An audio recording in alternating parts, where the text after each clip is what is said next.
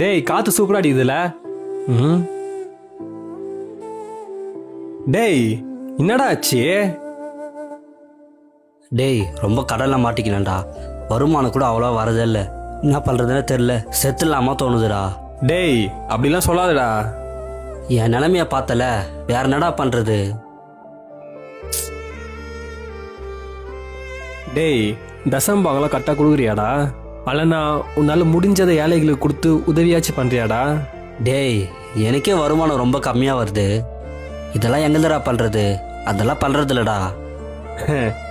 டேய் உனக்கு ரகசியமே தெரில. இதுதான் ரகசியம். கொடுங்கள் அப்பொழுது உங்களுக்கு கொடுக்கப்படும்னு பைபிள்ல இருக்கு.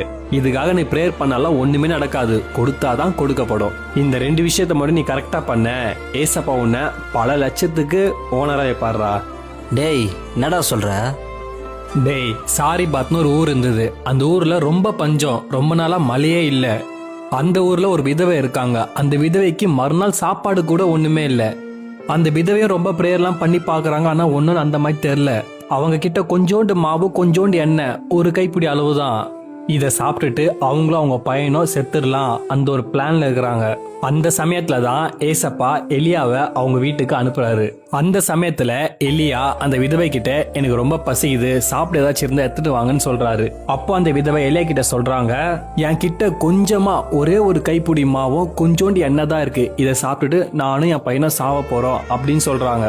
அதுக்கு அந்த எலியா, நீங்க வச்சுக்கிற மாவுல எனக்கு கொஞ்சோண்டு சின்ன ஒரு அடையை சுட்டு தந்துட்டு நீங்க செத்தா சாவுங்கலாம் நீங்க பண்ண வேண்டிய காரியத்தை பண்ணுங்கன்னு எலியா சொல்றாரு. என்னடா எலியா எப்படி மனசாட்சி இல்லாம பேசியிருக்காரு? டேய் எலியா ஒன்னும் மனசாட்சி இல்லாம பேசல. ஏசப்பாக்கும் எலியாக்கும் தெரியும். அந்த விதவை மட்டும் எலியாக்கு ஒரு அடையை சுட்டி எடுத்துன்னு வந்து குத்தாங்கன்னா அவங்க வீட்டுல எண்ணெய மாவும் பெருகோன்னு. அந்த விதவை எலியா பேச்சை கேட்டு அவங்க கிட்ட இருந்த அந்த கைப்பிடி மாவுலையும் கொஞ்சம் எடுத்து எலியாக்கு ஒரு அடையை சுட்டு கொடுத்தாங்க. கொடுத்துட்டு உள்ள போய் பாக்குறாங்க, அந்த எண்ணெய மாவும் பெருகுன்னு பெருகிச்சான். அந்த பஞ்சகாலம் முடிகிற வரைக்கும் அந்த விதவை அதை வச்சு சாப்பிட்டாங்கடா.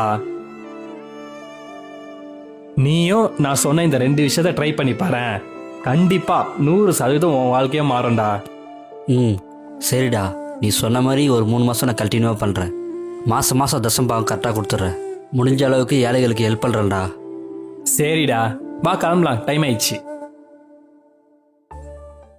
6 மாதங்களுக்கு பிறகு